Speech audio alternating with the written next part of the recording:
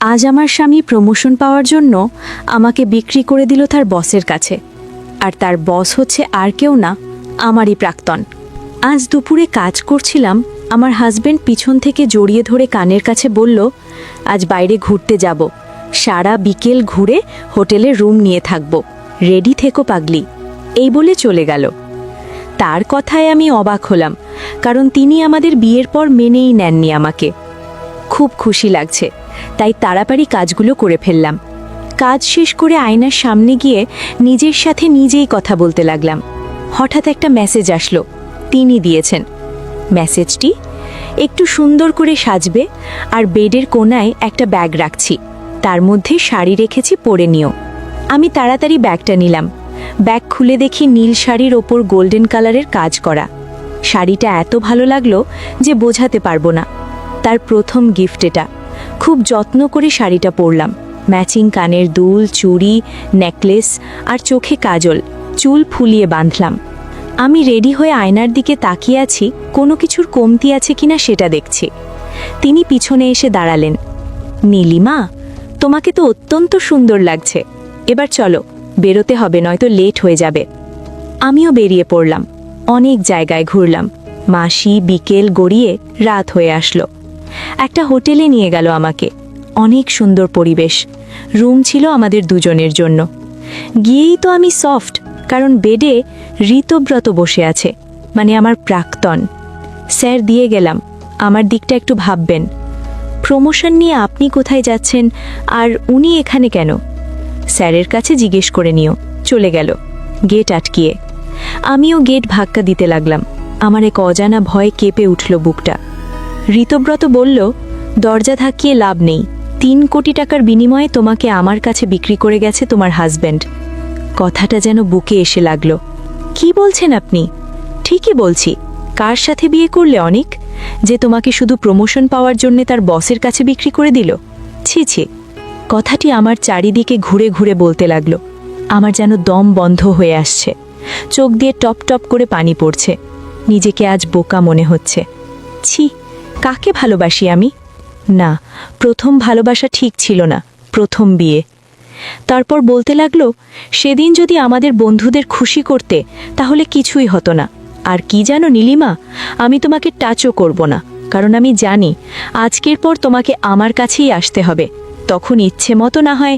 নিকৃষ্ট হাসি দিয়ে হাসতে লাগলো। আজকের পর থেকে এই দরজা বেরোলে তুমি হবে নষ্টমী, শুধু সময়ের অপেক্ষা। এই বলে ঋতব্রত চলে গেল। কিন্তু কাল সকালের আগে আমাকে ছাড়বে না। আসলে সময়টা ছিল কলেজ লাইফের। তখন সে ভালো মানুষের অভিনয় করে আমার সাথে রিলেশনে জড়ায়। এইভাবে কলেজ থেকে ভার্সিটিতে গিয়ে তার আসল রূপ দেখতে থাকি। একদিন তো মেসেজের মাধ্যমে তার কুরুচির প্রমাণ দেখান। তিনি তার বন্ধুদের সাথে ফুর্তি করতে বলেন। আমি রাজি হইনি। সেজন্য আমাকে যেখানেই পাবে মেরে দেবে। আমি বাঁচার জন্য বাড়ি থেকে বেরোনো বন্ধ করে দিই। তারই মধ্যে আমার বিয়ে ঠিক হয় অনিকের সাথে।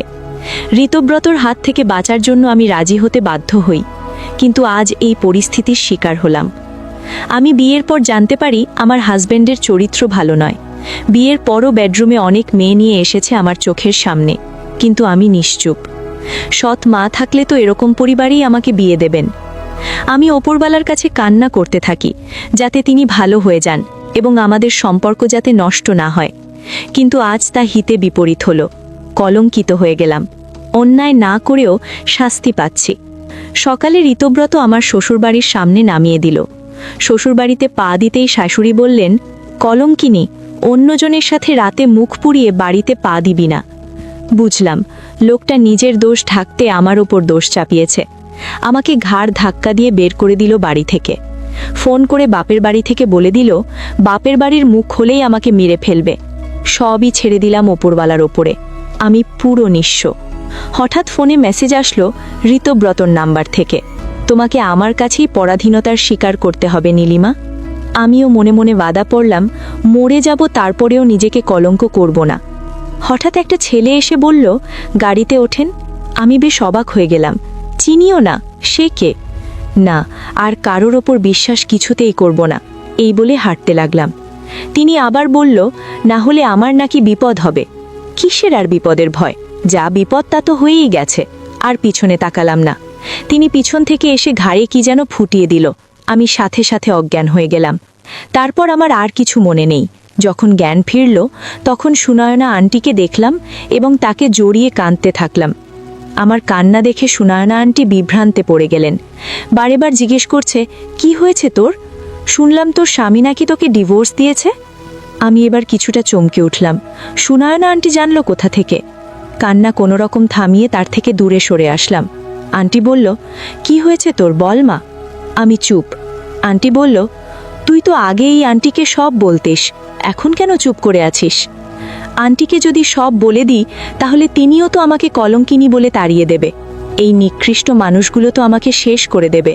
যেভাবেই হোক একটা আশ্রয় পেয়েছি, সব বলবো না, অল্প কিছু বলি। কি হলো বল। তুমি তো জানো আমার পোড়া কপালের কথা। আমার স্বামী আমারই চোখের সামনে অন্য মেয়েকে নিয়ে রাত কাটিয়েছে। আরও অনেক কারণ আছে আন্টি, যা আমি প্রকাশ করতে পারবো না। বাপের বাড়ি থেকে সাফ মানা করে দিয়েছে ওখানে না যেতে। সৎ মা নাকি আমায় মেরে ফেলবে। আমি কোথায় যাব এখন? আন্টি বলল, আমি থাকতে তুই কোথায় যাবি? আমার কাছে থাকবে। কিন্তু আমি এখানে কিভাবে আসলাম? একটা ছেলে রুমে প্রবেশ করলো। মনে পড়ল, এ তো সেই ছেলে যে আমাকে অজ্ঞান করে কোথায় যেন নিয়ে গেল। কি উনি? নিমেষেই আবার বুকের মধ্যে ভয় হওয়া শুরু হলো। ছেলেটি বলল, আমি এনেছি আপনাকে। আপনি কে? আরে এই আমার ছেলে, যার সম্পর্কে তোর কাছে গল্প করেছি। এই তো কয়েক মাস হলো এসেছে। আমি অসুস্থ ছিলাম, তোকে দেখতে ইচ্ছে করছিল, তো অনেক খুঁজেছি কিন্তু পাইনি। হঠাৎ তোকে রাস্তায় পাগলের মতন ঘুরে বেড়াচ্ছিলে, তাইও তোকে অজ্ঞান করে নিয়ে এসেছে। ও, তো তোমরা কেমন করে বুঝলে আমার ডিভোর্স হয়ে গেছে? ছেলেটি বলল, আসলে আপনি অজ্ঞান থাকাকালীন আপনার ফোনে অনেক বলে একজনের ফোন আসে। আমি রিসিভ করি কিন্তু কথা বলি না। উনি অনর্গল ডিভোর্সের কথা বলে দেন। এই হলো আমার পোড়া কপাল। এজন্যই বলে কোনো কিছু বিবেচনা না করে কোনো কাজ করা উচিত নয়। তুই রেস্ট নে। ওনারা চলে গেলেন। আমার কি করা উচিত আমি বুঝতে পারছি না। সব কি বলে দেব আন্টিকে? কিন্তু তারা যদি ভুল বোঝে তখন কি হবে? আমার এসব ভাবতে ভাবতেই আমার মাথা ব্যথা প্রচণ্ড আকারে শুরু করলো। আসলে ঋতব্রতর সাথে সম্পর্ক চলাকালীন সুনয়না আন্টির সাথে পরিচয়। একটা ছোট অ্যাক্সিডেন্ট হয়েছিল, তো সুনয়না আন্টি আমাকে হাসপাতালে নিয়ে আসেন। আর আস্তে আস্তে গভীর থেকে গভীরে চলে আসে আন্টির সাথে সম্পর্ক। আমার মা নেই, সৎ মা আবার কতটা ভালো হয়। তিনি আমাকে মায়ের আদর দিয়েছেন। প্রায় সময় কলেজ থেকে আন্টির কাছে চলে আসতাম। তার সাথে অনেক কথা। আন্টি অনেক সুন্দর রান্না করতে পারেন, তিনি শিখিয়েছিলেন। আবার অনেক সময় বাড়ি থেকে খাবার জুটতো না আমার কপালে, তিনি খাইয়ে দিতেন। কেমন জানি মুখ দেখে বুঝতে পারেন আমার কিছু হয়েছে। তিনি আমাকে ঋতব্রতর আসল চেহারা দেখাতে সাহায্য করেছেন। তিনি ডিভোর্সি, তার একটা ছেলেও আছে। তার পড়াশোনার জন্য বিদেশে চলে গেছে। ছেলেটি চান্স পাওয়ার পরও যেতে চায়নি, আন্টি জোর করে পাঠিয়েছে। যতদূর জানি আন্টির সাথে তার হাজবেন্ডের কোনো সমস্যা ছিল, তা আন্টি কখনো আমাকে বলেনি, এড়িয়ে গেছে। তাকে মাঝে মাঝে খুব রহস্যময়ী মনে হয়। বিকেলে আন্টি রুমে ঘুমাচ্ছিল, হয়তো শরীরটা তেমন ভালো না। আমি ছাদে রেল ধরে দাঁড়ালাম। নীল আকাশে সাদা মেঘ, তার সাথে কিছু পাখি উড়ে যাচ্ছে দেখা যাচ্ছে। সেই দৃশ্য, গাছের পাতা বাতাসে নড়ছে আর আমার কপালের চুলগুলো ছুঁয়ে নিচ্ছে।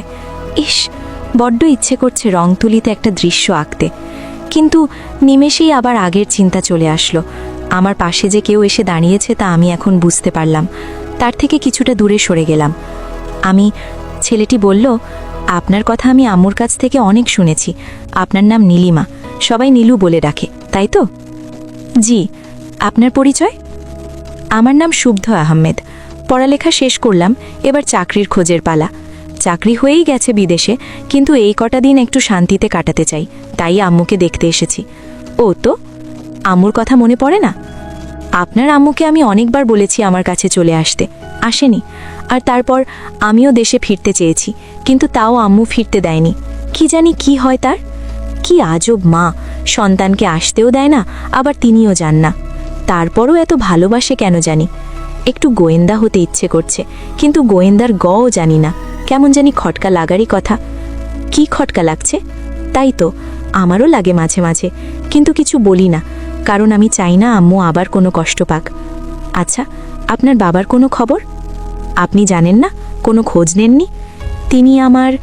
আমি তাকে অত্যন্ত হেট করি, আর তার কথা বলবেন না। কেমন? সরি, ইটস ওকে, সন্ধে হবে, ভেতরে চলেন। এই বলে তিনি আগে আগে আর আমি পিছে পিছে যেতে লাগলাম। রাতে খাওয়ার ইচ্ছে না হলেও আন্টি জোর করে খাইয়ে দিলেন, তারপর শুয়ে পড়লাম। কিন্তু ঘুম আর আসলো না। আমার আর অনিকের বিয়ের 1 বছর হতে আসলো, তারপরও আমাদের মধ্যে স্বামী স্ত্রীর কোনো সম্পর্কই গড়ে ওঠেনি। কিন্তু আমার রুম থেকে বের করে দিয়ে অনেক মেয়েকেই ওই বেডরুমে নিয়ে কাটিয়েছে। আন্টির সাথে বসে গল্প করছি, এমন সময় আন্টির ছেলে শুদ্ধ আসলো। তখনই কলিং বেল বেজে উঠল। আমার বুকের মধ্যে কেমন জানি অনুভূতি হলো। অনেক বা ঋতব্রত, এরা কেউ না তো? আমাকে ভুল প্রমাণ করে দিয়ে কুরিয়ার আসলো, তাও আবার ডিভোর্স পেপারের। আমি থমকে গেলাম। কি করব? 1 বছরের সম্পর্ক এভাবে মাটিতে মিশিয়ে দেব নাকি ক্ষমা করে দেব? যে হাজব্যান্ড নিজের প্রমোশন পাওয়ার জন্য বসের কাছে বেচে দিতে পারে, তাকে অন্তত ক্ষমা করা যায় না। আন্টি ডিভোর্স দেওয়ার জন্য বলে দিল।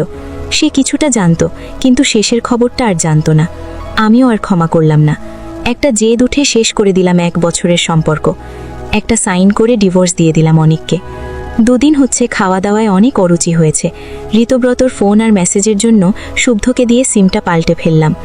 অনিকের সাথে এখন টোটালি কথা বলা বন্ধ। এখন নিজেকে বাঁচার উপযোগী করতে হবে। তাই শুদ্ধকে বললাম আমাকে একটা চাকরি ম্যানেজ করে দিতে। কিন্তু আন্টি এতে মানা করছে। কোনোভাবেই বোঝাতে পারছি না আমি তাকে। সে চায় আমি মেয়ের মতন তার পাশে থাকি, কিন্তু এই কথাটা আমার সায় দিচ্ছে না। শুদ্ধ আন্টিকে বোঝাতে পারল না, তাই এখন বাড়ির রান্নার কাজটা আমি নিয়েছি, কারণ আন্টি এখন অনেক অসুস্থ। বিকেলে বসে বসে ফোন দেখছি। নিউ ফেসবুক আইডি খুললাম, আগেরটা ডিলিট করে দিলাম। হঠাৎ আন্টি এসে হাজির, আমার পাশে বসলো। কিছু বলবে কি? কিভাবে বলবো? আরে এত সংকোচ বোধ করছো কেন বলো? তোর একটা বিয়ে করা দরকার নীলু। খেয়ে বিয়ে করবে? একজন ডিভোর্সি মেয়েকে একজন রাজি হয়েছে, কিন্তু তুই রাজি হ। মা, একটা মেয়ে একা থাকতে নেই। তুই এখন অল্প বয়সী, কখন কি হয়ে যায় কে জানে। কিন্তু আন্টি, আমি আর বিয়ে করতে চাই না। বিয়ের স্বাদ মিটে গেছে আমার। তুই এর আগের বিয়ে করেছিলিস ঋতব্রতর হাত থেকে বাঁচার জন্য, তাও ঋতব্রতর বন্ধু অনিককে। কি? অনিক ঋতব্রতর বন্ধু? তুমি কি করে জানলে? আর আমাকে আগে কেন বলনি? নোনা জল পড়তে লাগলো আমার চোখ দিয়ে। আমি জানলাম তোর বিয়ের 2 দিন আগে। অনেকবার তোকে বলার চেষ্টা করেছি, কিন্তু তোর ওই সৎ মা তোর সাথে কোনোভাবেই যোগাযোগ করতে দেয়নি। তার মানে ওই মহিলা সব জানতো? 4 লাখ টাকা দিয়েছে এই কাজটা করার জন্য। ঋতব্রত এই নিয়ে 4 জন মেয়ের জীবন নষ্ট করেছে, 3 জন মেয়েকে তাদের জালে ফাঁসিয়েছে, আর এখন তুই। বাকি সব শুনে আমার শরীর অবশ হয়ে আছে। কেউ যেন গলা টিপে ধরছে আমাকে। এতটাই কষ্ট হচ্ছে যে আন্টিকে কিছু প্রশ্ন করতেই ভুলে গেছি। আন্টি আমাকে জড়িয়ে ধরল। আমার কষ্ট তিনিও সহ্য করতে পারছে না। এই একটা মানুষ যে আমার মুখ থেকেই সব বুঝে যেত, কেন এমন মানুষকে আমার মা হিসেবে পাঠালো না? আমি কিছুটা স্বাভাবিক হলাম। তুমি যেন কি বলতে গেছিলে? তুই শুদ্ধকে বিয়ে কর। আমি আরেক দফা অবাক হলাম শুদ্ধর নামটা শুনে। এত শিক্ষিত ছেলে একজন ডিভোর্সি মেয়েকে বিয়ে করবে, তাও আবার 5 দিনের পরিচয়। বিষয়টা খুব অদ্ভুত। কি হলো? কিছু বলছো না যে? আমাকে একটু সময় দাও আন্টি, আমি একটু ভাবতে চাই। শুদ্ধ রাজি? ভাব, কিন্তু 2-3 দিনের মধ্যে। আমার অত সময় নেই। মানে? আরে শুদ্ধ আবার বিদেশে যাবে না, তাই। আচ্ছা তুই চিন্তা কর, আমি শুদ্ধকে কফি দিয়ে আসি। আচ্ছা, এই বলে চলে গেল আন্টি। আমার মাথায় হাজার চিন্তার ছাপ দিল। আমার সাথে যা যা হয়েছে তা তো আন্টি বা কাউকেই বলা হয়নি। এগুলো বললে হয়তো রাজি হবে না। এগুলো বলি তাকে? সে তো আমার সাথে ঠিকমতো কথাই বলে না। যখন সবাই ঘুমিয়ে পড়ল, তখন আমি তার রুমে গেলাম। রুম একবার খটখটাতেই তিনি দরজা খুলে দিলেন। আপনার সাথে কিছু কথা বলার ছিল। ও, আসুন। আপনার কি ঘুমে ডিস্টার্ব করলাম? না, আমি কাজ করছিলাম। বলুন, কি বলবেন?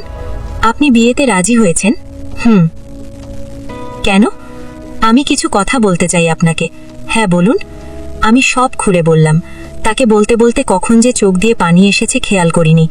আমি চাই না আপনার জীবনটা নষ্ট করতে। আপনি যদি আন্টির কথায় রাজি হন, তাহলে আমি এই বিয়ে ভেঙে দেব। এই বলে আমি চলে আসতে লাগলাম। তিনি পিছন থেকে ডাকলো, আমি এই বিয়েতে রাজি, আর এই নিন একটা রুমাল। এগিয়ে দিল। আমি তার দিকে অপলকভাবে তাকিয়ে আছি আর ভাবছি, এত কিছুর পরও তিনি রাজি।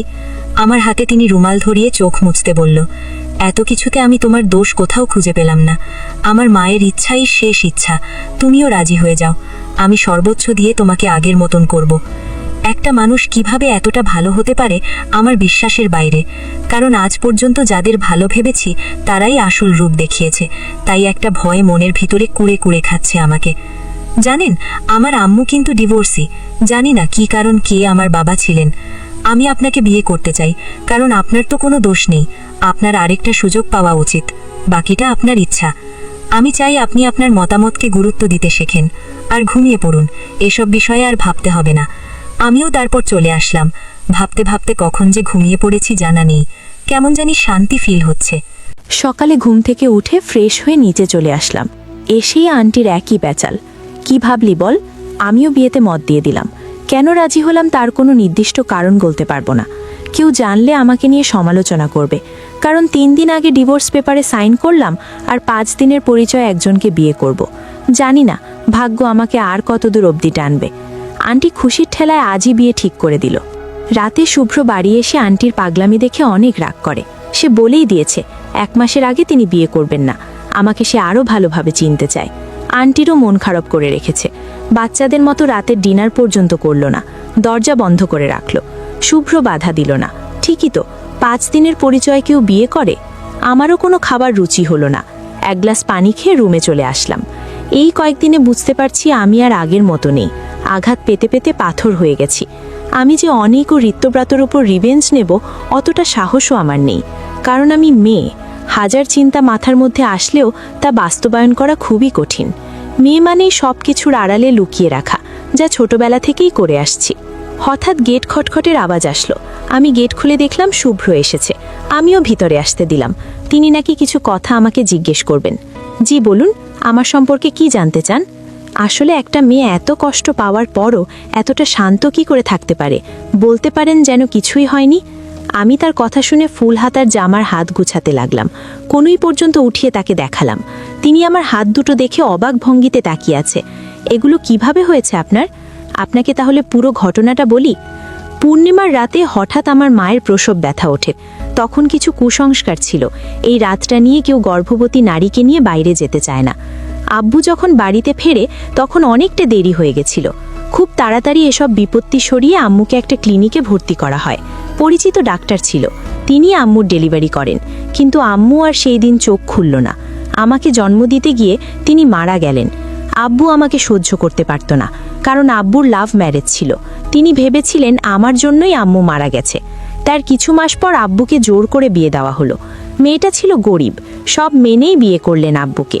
আব্বু তার কয়েকদিন পরই আর্মিতে যোগ দিলেন, আর আমি বড় হতে লাগলাম।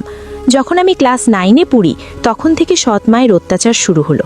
আগেই হতো, শুধু দাদুর জন্য কিছু করতে পারিনি। তিনি মারা যান। আমি কোনো অন্যায় করলে একটা শাস্তি ছিল, তা হলো গ্যাসের খুন্তি গরম করে আমার হাতে চেপে ধরত। আমি চিৎকার করলেও ছাড়তো না। তিনি একটা দীর্ঘশ্বাস নেয়ার পর আবার শুরু করলাম। জানেন, হাতের জ্বালার কারণে অনেকবার জ্বর আসতো। আব্বু আমার সাথে কথাও বলতো না। ছুটিতে আসলে আমি ভিতরে ভিতরে পুরে শেষ হয়ে গেছি। আর তারপর আসলো ঋত্যব্রাতর বেইমানি। আমি এর মাঝে একবার সুইসাইড করারও ট্রাই করেছিলাম, কিন্তু আমার বোন শশীর জন্য করতে পারিনি। এখন আমার এক অবস্থা, হাজার অত্যাচার করলেও আমি সবার মাঝে হাসতে শিখে গেছি। আমার জীবনী শুনে আজ আমি কাঁদলাম না, কিন্তু তার চোখের দিকে তাকিয়ে দেখলাম কয়েকবার গড়িয়ে পড়েছে পানি। তিনি আর 1 সেকেন্ডের জন্য আমার রুমে দাঁড়ালেন না, কারণ আমি বুঝতে পারলাম নয় হয়তো এখনও তিনি আমাকে ঘৃণা করবেন। সেই রাতেও আমার চোখে ঘুম নামক জিনিসটা আসলো না। আচ্ছা, আমি সত্যি অপয়া না হলে এত কষ্ট আমাকেই কেন দেখে? সকালে ঘুম ভাঙল দরজা খটানোর শব্দে। তাড়াতাড়ি উঠে দেখি আন্টি। তিনি একটা নতুন জামদানি শাড়ি আর কিছু জুয়েলারি আমাকে দিয়ে জলদি পরে আসতে বললেন। আমি কিছুই বুঝলাম না। তাকে কিছু বলার আগেই তিনি ছুটলেন। বিছানায় কিছুক্ষণ বসে চিন্তা করলাম কেন এমন করলো। তারপর বাথরুমে গিয়ে ফ্রেশ হয়ে শাড়ি গহনা পরে নিলাম। এবার নিচে যাব, কেমন জানি লাগছে। হাজার সংকটবোধ দূর করে নিচে গিয়ে আমি অবাক, কারণ শুভ্র বরের বেশে বসে আছে। পাশে যত সম্ভব কাজী। আন্টি মিষ্টি রাখলেন, আমাকে দেখে নিচে নামিয়ে আনলেন এবং শুভ্রর পাশে বসিয়ে দিলেন। শুভ্রর দিকে তাকালাম, তিনি একটা মুচকি হাসি দিলেন। সকাল সকাল করে বিয়েটা সম্পূর্ণ হয়ে গেল। আমার যে শুভ্র 1 মাস টাইম নিয়েছিল, সেই শুভ্র একটা দিনও যেতে পারল না। বিয়ে করে নিলেন, একবারও জানানোর প্রয়োজন বোধ করলেন না। আন্টি তো মহা খুশি। সকালে বিয়ের কারণে আমি চেঞ্জ করে আন্টির হাতে হাতে কাজ করতে লাগলাম। কেমন জানি আজব লাগছে। কিছুক্ষণ পর নিজের রুমে এসে গেট বন্ধ করে দিলাম। বুকের মধ্যে যেন ছিঁড়ে খাচ্ছে। এখন কেন মনে হচ্ছে বিয়েটা না হলেই ভালো হতো। আমি অনেককে যে বড্ড ভালোবাসি। যতই তিনি আমার প্রাক্তন হোক না কেন, হাজার অন্যায় করুক না কেন, ভালোবাসায় ধোঁকা পাওয়ার পরও আবারও কাউকে ভালোবেসেছিলাম। আমি আজ সেই দিনের মতন কষ্ট হচ্ছে। সেই দিন রাতে অনেক তার রুম থেকে ধাক্কা দিয়ে বের করে দেয়। সেখানে অন্য নারীর সাথে সারা রাত কাটায়। তার দরজার পাশে আমি বসেছিলাম। না, আমি তো কম চেষ্টা করিনি তাকে পাওয়ার, সংসারটা টেকানোর। কেন সবসময় সংসার টেকানোর ভার মেয়েদেরকেই দেওয়া হয়? কেন মানিয়ে নিতে শিখিয়ে দেয়? এসব ভাবতে ভাবতে বিছানার সাথে শরীর এলিয়ে দিলাম। তার কিছুক্ষণ পর ঘুমের দেশে পা রাখলাম। আজ সব ক্লান্তি এতই ছিল যে যখন ঘুম ভাঙল তখন বিকেল। বাইরে আন্টি টেনশনে পাগল হয়ে উঠেছে। শুভ্র বাড়িতে ফেরেনি। আমি গেট খুলে আন্টির কাছে যেতে না যেতেই তিনি ছটপট করে উঠলেন। খুব কষ্টে সামলালাম। রাত হয়ে গেল, এখনও তার আসার নাম নেই। আর আন্টি তার রুমের পরিপাটি করে দেখছেন বাসর রাতের জন্য, যেটা শুনতেই আমার ঘৃণা হতে লাগলো কেন জানি। তিনি 12টায় ফিরলেন। আন্টি চিৎকার শুরু করলো তার ওপর। তারপর রুমে আসলো। আমি বসেছিলাম। তিনি একটা বালিশ আর একটা কাঁথা সোফায় রাখলো আর বলল, হয়তো এখন আমরা স্বামী স্ত্রী, কিন্তু আমি জানি তোমার মনের অবস্থাটা কেমন চলছে। আমি তোমার ওপর অধিকার সেদিনই দেখাবো যেদিন তোমার মনে আমি জায়গা করে নিতে পারবো। এই বলে তিনি সোফায় শুয়ে পড়লেন। তার এসব কথায় আমিও স্বস্তি পেলাম। একটু হালকা লাগছে। হঠাৎ মাথায় এলো, আচ্ছা, ঋত্যব্রতর বিষয়ে আন্টি এত কিছু জানলো কিভাবে? আর কিভাবে বুঝলো ঋত্যব্রত মহিলাটাকে 4 লক্ষ টাকা দিয়েছে যাতে অনিকের সাথে আমার বিয়ে দিয়ে দেয় না? কিছুতেই আমার হিসাবটা মিলছে না। কাল সব জানতে হবে আন্টির থেকে। আন্টির গেট কখন থেকে ধাক্কাচ্ছি, কিন্তু কোনো সাড়া শব্দ না। আমি শুভ্রকে এসে সব বললাম। তিনিও কয়েকবার ধাক্কালেন। এবারেও কোনো সাড়া শব্দ পাওয়া গেল না। শুভ্র এবার অস্থির হতে লাগলেন। তিনি সিদ্ধান্ত নিলেন গেট ভাঙবেন। যেই বলা সেই কাজ। জোরে ধাক্কাতে ধাক্কাতে কিছুক্ষণ পর গেট খুলে গেল। গেট খুলে যা দেখলাম তা নিজের চোখে বিশ্বাস করতে পারছি না। চোখ দিয়ে পানি পড়তে লাগলো। কেন আমার সাথেই এমন হয়?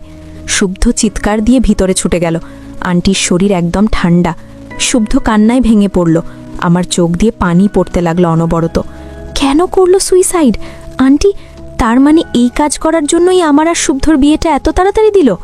সেদিনের কথাই হুট করে মনে পড়ল। আমার হাতে বেশি সময় নেই। এই কথার দ্বারা এটা বোঝানোর চেষ্টা করলেন, আর আমি বুঝতেই পারলাম না। ইতিমধ্যে প্রতিবেশীরা খবর পেয়ে দেখতে এলো। সবার মুখে একই কথা, আন্টি তো অনেক ভালো মানুষ ছিল, এমন কাজ কেন করলো? ছেলেটা এতটাই কষ্ট পেয়েছে যে এখনো পর্যন্ত একটা কথাও মুখ থেকে বের করেনি। বিয়ের পরে যদি জানতে পারে তার মা সুইসাইড করেছে, তাহলে তার কতটা ধাক্কা লাগতে পারে। সবাই চলে যাওয়ার পর আমি আন্টির রুমে গিয়ে আন্টির একটা ছবি ধরে কাঁদতে লাগলাম। হঠাৎ টেবিলের ওপর একটা কাগজ দেখতে পেলাম। কাগজে লেখা ছিল, আমার দায়িত্ব শেষ।